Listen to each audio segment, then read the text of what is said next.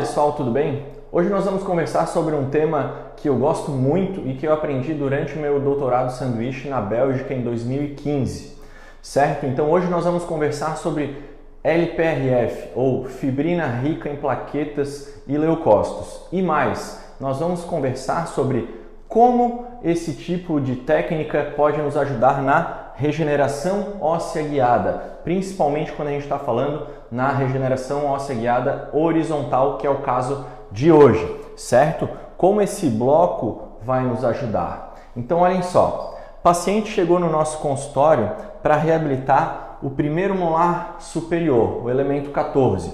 E vejam que ela tinha um defeito horizontal bem amplo. Agora, nós precisamos descobrir se esse defeito ele é um defeito que tem que ser corrigido através de enxerto ósseo ou enxerto de tecido mole. Como que o nosso grupo de pesquisa, o nosso grupo de estudo conduz esses casos? O primeiro passo é pedir uma tomografia. Porque se na tomografia nós tivermos osso disponível para instalar um implante no posicionamento tridimensional ideal, nós fazemos a instalação do implante e este defeito nós corrigimos com enxerto de tecido mole, enxerto conjuntivo. Agora, se na tomografia nós percebemos que não há osso disponível para a instalação do implante no posicionamento tridimensional ideal, nós vamos fazer primeiro a regeneração dessa região, tá? Que foi exatamente o que aconteceu. Olhem só, isso aqui já é o momento da cirurgia, tá, pessoal? Então, vejam que foi feito um retalho em espessura total, né? Incisão sobre a crista do rebordo, relaxante e descolamento em espessura total. É muito importante, é primordial que vocês façam o descolamento total desse periósteo, não pode ficar nada de fibra aderida ao tecido ósseo, senão depois o tecido enxertado de vocês não vai ser incorporado ao leito receptor, tá? E olhem só por que nós resolvemos regenerar primeiro. Olhem só como era fino a região. Nós tínhamos aproximadamente 1,5, 2 milímetros na região cervical e depois diminuir esse volume. Nós tínhamos uma concavidade, então realmente não estava indicada a instalação do implante. E quais são as técnicas que nós podemos utilizar para regenerar? Pode ser feito enxerto em bloco, de mento, de ramo, pode ser feito enxerto de banco de ossos, pode ser feito uma regeneração óssea guiada convencional, pura de biomaterial e membrana de colágeno, ou 50% de biomaterial, 50% de osso autógeno e membrana de colágeno. Tem N formas, tela de titânio, mas a que a gente escolheu e a que nós geralmente utilizamos nos nossos casos e ensinamos nos nossos cursos é a técnica da tenda, certo? Nós utilizamos um parafuso para que ele tenha a função de tenda e durante a mastigação, durante o sorriso, durante a fala, a ação muscular nessa região ela fica impedida ou limitada por causa deste parafuso de cabeça expandida. Mas tem alguns detalhes da técnica que eu vou passar agora para vocês. Quais são? Primeiro deles, nós temos que fazer a decorticalização desse leito receptor, tá? Com a broca número 1 do enxerto, do kit de enxerto, 1.2, nós fazemos a decorticalização para promover o sangramento na área receptora, para que nós tenhamos mais células viáveis, para que facilite a vascularização do enxerto e para que eu tenha uma melhor incorporação do meu enxerto ao leito receptor.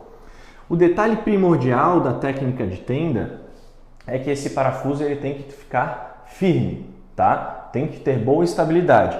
O segundo detalhe é que nós não devemos ultrapassar as cristas ósseas adjacentes. Então não é sem limite que eu vou instalar o parafuso. A seleção do parafuso ele deve ser de acordo com a altura das cristas ósseas adjacentes. Então vejam aqui que a gente está seguindo o mesmo padrão. Eu não consigo ganhar além disso.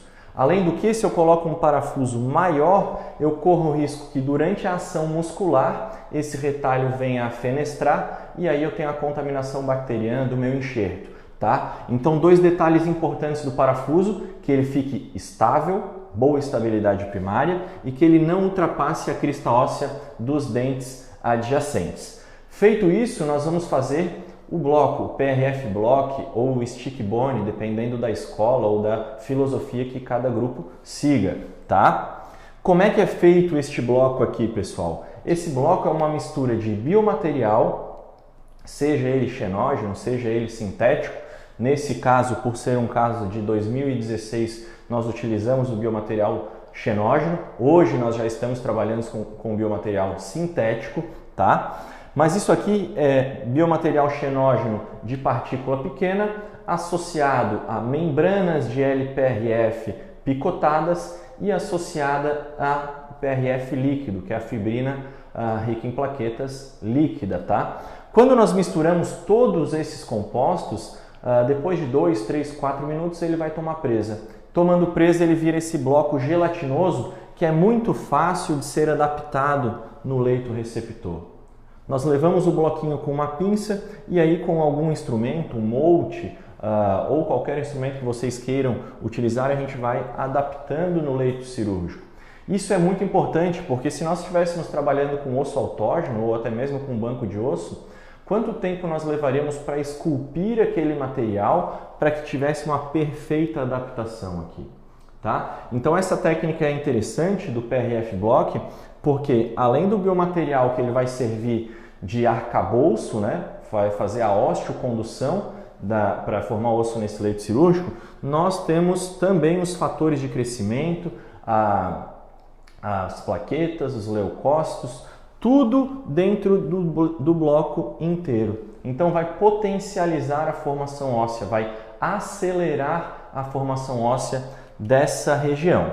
Cobrindo tudo, pessoal, vão as membranas de LPRF, tá? Quanto mais vocês tiverem, restante ainda pode utilizar. Então vejam que nós colocamos umas membranas na horizontal e outras na vertical, envelopando até o palato, para cobrir 100% esse enxerto, para ajudar tanto na formação óssea quanto no fechamento da ferida cirúrgica, que é um passo extremamente importante, o fechamento por primeira intenção sem tensão. Então vejam como o meu retalho ele está passando da incisal dos dentes adjacentes. É isso que nós precisamos para que eu possa suturar com ponto simples, com ponto cochoeiro, com sutura contínua, qualquer tipo de sutura, desde que ele fique sem tensão. Esse é um ponto também muito importante, tá? 15 dias depois a paciente voltou, olhem só o resultado que nós temos, tá? Essa marquinha vermelha era da PPR que ela utilizava, então por causa do edema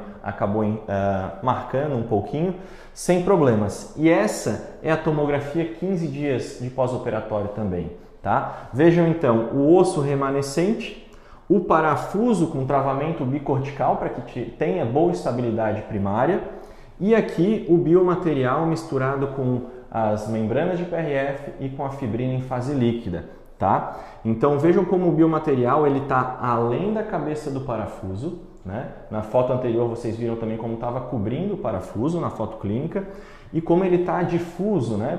Não está bem compactado. E olhem o resultado 5 meses após. Olha a incorporação desse enxerto e percebam até onde que o enxerto foi remodelado, exatamente até a cabeça expandida do parafuso. Então, por isso da importância da utilização dessa técnica, porque eu consigo diminuir ou consigo coibir essa ação muscular e ter uma boa previsibilidade do nível, do volume de enxerto que eu conseguirei após o tempo de cicatrização. Certo? Então essa é uma foto clínica após 5 meses do dia da cirurgia de instalação do implante. E olhem só, mais uma vez nós elevamos o retalho em espessura total, porque nós queríamos ver a incorporação daquele enxerto, né, de forma didática para eu poder mostrar para vocês e também acessar o parafuso que ele deve ser removido. Mas olhem como o enxerto ele está amplamente incorporado ao leito receptor. Olha como é bonita essa imagem e olhem só como remodelou também até onde? Até a plataforma ali do parafuso. Então é muito interessante essa técnica. E olha só que feliz que foi nessas fotos, tá? Vejam só aqui o volume de osso que nós conseguimos. E nessa foto, pessoal, lembra que a gente conversou no início da aula sobre ter osso para instalar na posição tridimensional ideal ou não?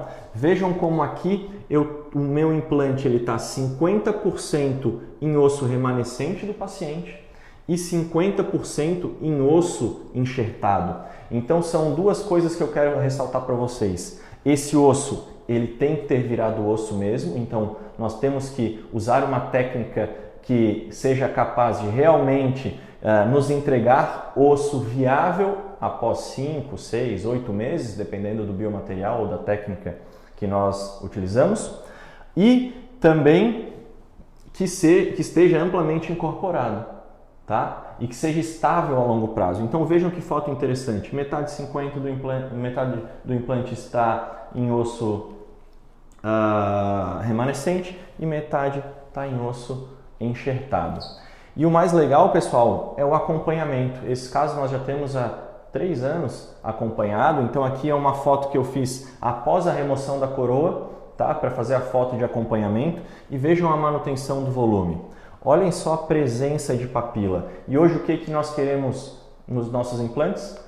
Ausência de recessão e presença de papila para que a gente consiga entregar um tratamento estético também para o nosso paciente. E vejam só, para nós encerrarmos a aula, como era 5 meses após já recuperado aquele volume ósseo, aquele volume do rebordo, e essa foto tem 2 anos e meio, se não me engano, de acompanhamento da manutenção do rebordo. Bom, esse caso ele está publicado na Implant News. Se vocês tiverem interesse, pode me mandar inbox, pode me mandar e-mail, Instagram, que eu passo o artigo para vocês, tá? Lá tem toda a descrição da técnica, o acompanhamento, as tomografias, a revisão de literatura, tudo para que vocês possam replicar isso no consultório de vocês. Espero que tenham gostado da dica e até uma próxima.